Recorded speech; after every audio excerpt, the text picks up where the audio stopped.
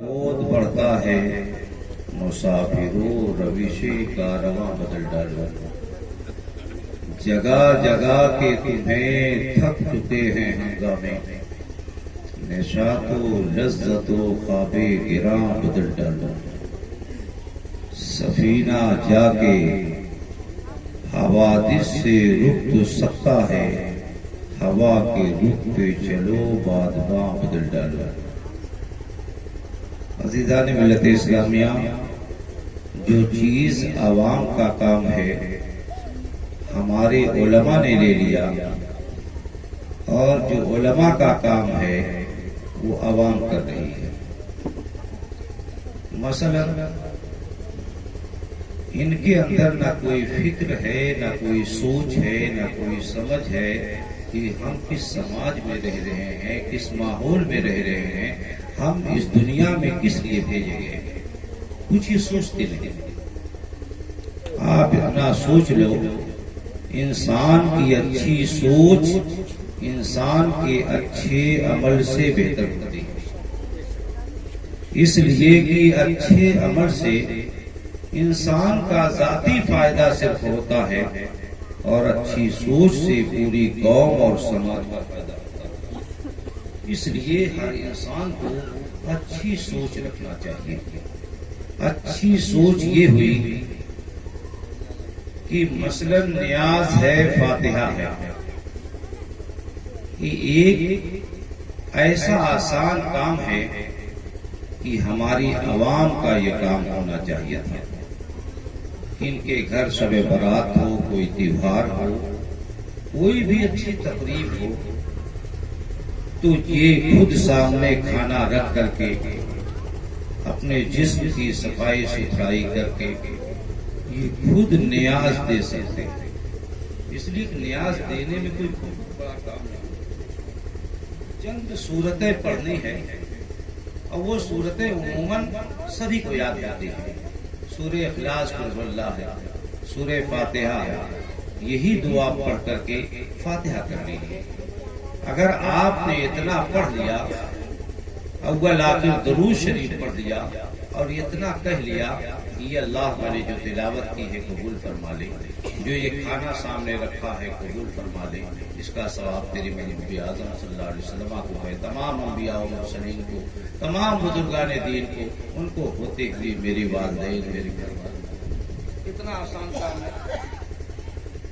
اگر آپ اتنا کر لیتے تو آپ کی زبان قرآن عظیم کی تلاوت سے پاکیزہ ہو جاتی، درود شریف کی برکتوں سے لطیف ہو جاتی، لیکن آپ نے اتنا چھوٹا کام بھی کرنا نہیں سوچا، اور ساری ذمہ داریاں ان مولویوں کے سر،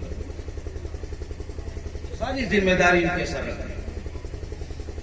فاتحہ یہ کریں، میلاد یہ پڑھیں، سارے معمولات یہ کریں، نکاح ہے، بیاہ ہے، جنازہ ہے۔ آپ کا بھی کوئی کام ہے میرے بھائیو، بتاؤ کوئی کام ہے آپ کا؟ یہ چھوٹے چھوٹے کام آپ کا ہونا چاہیے، تاکہ عالم دین کے پاس تھوڑا وقت ہو تو وہ سماج کی خدمت کر سکے، قوم کی خدمت کر سکے، لیکن آپ اس کو سوچتے نہیں۔ اسی طریقے سے جلسے جلوس ہے، شاعروں کو بلا بلا کے سوا گھنٹہ مشاعرہ آپ سنتے ہو، کبھی یہ غور نہیں کرتے کہ ہم آئے ہیں مشاعرہ سننے کے لیے کہ کچھ نصیحت حاصل کریں۔ یہ تو سوچنا چاہیے۔ آپ مدرسے میں نہیں جا سکتے، آپ کہیں درسگاہ میں نہیں بیٹھ سکتے، تو یہی جلسہ آپ کی درسگاہ ہے، یہی آپ کی تعلیم گاہ ہے، یہی آپ کی نصیحت گاہ ہے۔ تو اس میں تھوڑے سے وقت میں کوئی خطیب اللہ و رسول کے بتائے ہوئے احکامات کو چند منٹ میں آپ کو سمجھا دیتا تو کتنی بہتر بات، اور آپ اس پہ اپنے علم کے مطابق، اپنے وقت کے مطابق عمل کرنے کی کوشش کریں، لیکن ایسا نہیں۔ اسی طریقے سے آپ مسجدوں میں دیکھیے، ہفتے میں ایک دن خطاب ہوتا ہے، جب دیکھیے یا تو اصالہ ثواب کی بات ہوتی ہے، یا کسی میت کے فاتح کی بات ہوتی ہے، یا کسی عرس کی بات ہوتی ہے۔ قوم کی بات کب ہوگی؟ قوم یہ کہاں جا رہی ہے، اس کو آپ سوچتے ہیں، اس کو آپ سوچئے۔ خطبہ کو چاہیے کہ جمعہ میں ایسے باز کریں جس میں اسلام کے طور طریقے وہ بتائیں، اور خاص طور سے اس زمانے میں، اس معاشرے میں ہمارے قوم کے بیچ جو گناہیں جرائم پڑپ رہے ہیں اس کے متعلق وہ تاثیر کریں، تحدید کریں، انہیں روکنے کی کوشش کریں۔ 10 منٹ 15 منٹ میں جو بھی وقت پائے وہ ہر جمعہ کے ایسے باز کریں، اور جلسے جلوس کو آپ شورا کی نظر نہ کریں، بلکہ کوشش کریں کہ ایسی تقریریں ہونی چاہیے جو تاریخی تقریریں ہوں اور مسلکی تقریریں ہوں، معیاری تقریریں ہوں، تاکہ آپ کو کچھ حاصل ہو۔ تو اچھی سوچ پیدا کرو، اچھی سوچ اگر آپ نے پیدا کیا تو آپ بھی اچھے بن جاؤ گے، سماج بھی اچھا بن جائے گا۔ آپ اتنا سمجھ لو، یہ پوری کائنات جس میں ہم اور آپ حاضر ہیں، اسے کیا کہتے ہیں؟ دنیا۔ یہ پوری کائنات، اس کو کیا کہتے ہو؟ دنیا کہتے ہیں۔ یہ پوری کائنات مدرسہ علم الہی، مدرسہ علم الہی۔ ہمارا مدرسہ دارُ العلوم، آپ کا مدرسہ، پوری بستیوں کے مدرسے اپنی جگہ پر ہیں، لیکن یہ پوری کائنات مدرسہ علم الہی ہے۔ اللہ نے اس کائنات کی عظیم درسگاہ میں بحیثیت معلم انبیاء اور مرسلین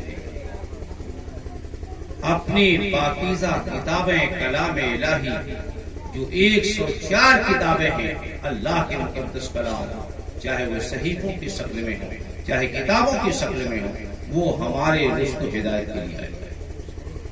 تو بحیثیت معلم انبیاء و رسول آئے، اور ساتھ ہی ساتھ اولیاء امت ہیں، صالحین امت ہیں، علماء امت ہیں، یہ بحیثیت معلم۔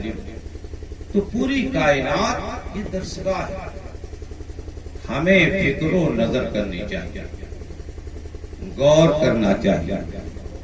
خود قرآن عظیم نے تو ہمیں یہ دعوت دی ہے، وَفِي أَنفُسِكُمْ أَفَلَا تُبْصِرُونَ، تم اپنے بارے میں کیوں نہیں سوچتے؟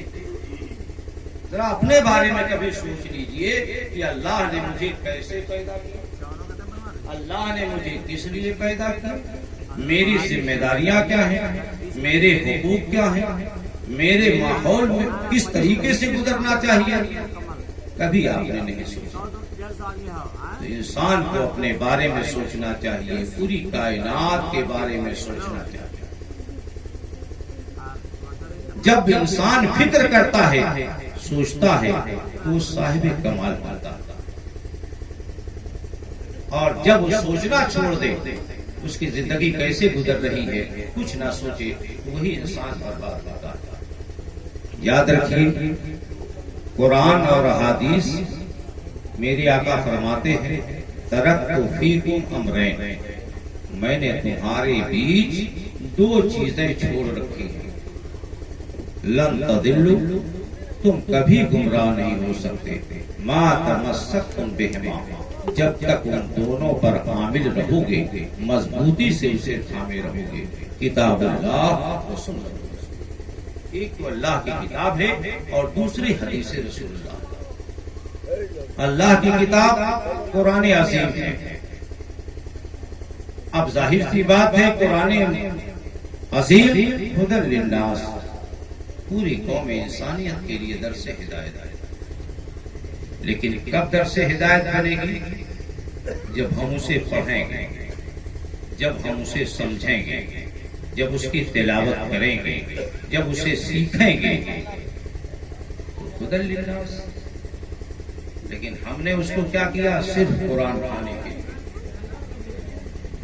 قرآن عظیم ہے، جہیز میں آتا ہے، پتو عورتیں لے کے آتی ہیں، اس کو تاک کے رکھ دیا جاتا ہے، ابھی گھروں میں تلاوت کرتے ہیں۔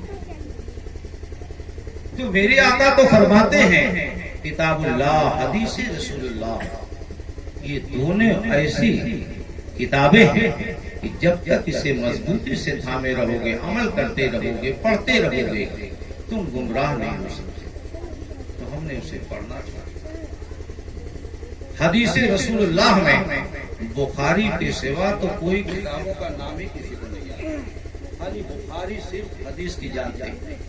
حالانکہ علامہ سیوطی نے جمع الجوامع میں فرمایا کہ حدیث کی 50 سے زیادہ صحیح اور مستند کتابیں ہیں، لیکن ہماری جماعت کو جب کتابوں کا نام نہیں یاد ہے تو پڑھنا پڑھانا عمل کرنا تو یہ قوم جو پوری امت کے لیے پوری قوم کے لیے ہادی ہے اس کا یہ حال ہے کہ وہ کتابوں کا نام تک نہیں یاد رکھتی تو اب تعلیم اس کی کیسے وہ عام کر سکتی؟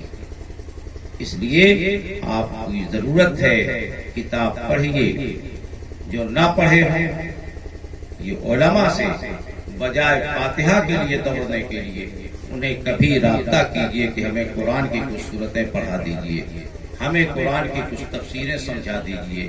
جو لوگ اردو پڑھے ہوئے ہیں ان کا تقاضا یہ ہے وہ کوشش کریں کہ کتاب اللہ کی تلاوت کریں اور ترجمہ قرآن کنز الایمان اعلیٰ حضرت کا جو لکھا ہوا ہے اس کی ترجمے پڑھیں، اس کے بغل میں کچھ تفسیر ہے اس سے شان نزول دیکھ لیں، کچھ مسائل دیکھ لیں تو آپ رفتہ رفتہ اتنا تو سیکھ جاؤ گے، کم سے کم اپنی زندگی اور اپنی اولاد کی زندگی کی اصلاح، بشرطے کہ تم کوشش کرو۔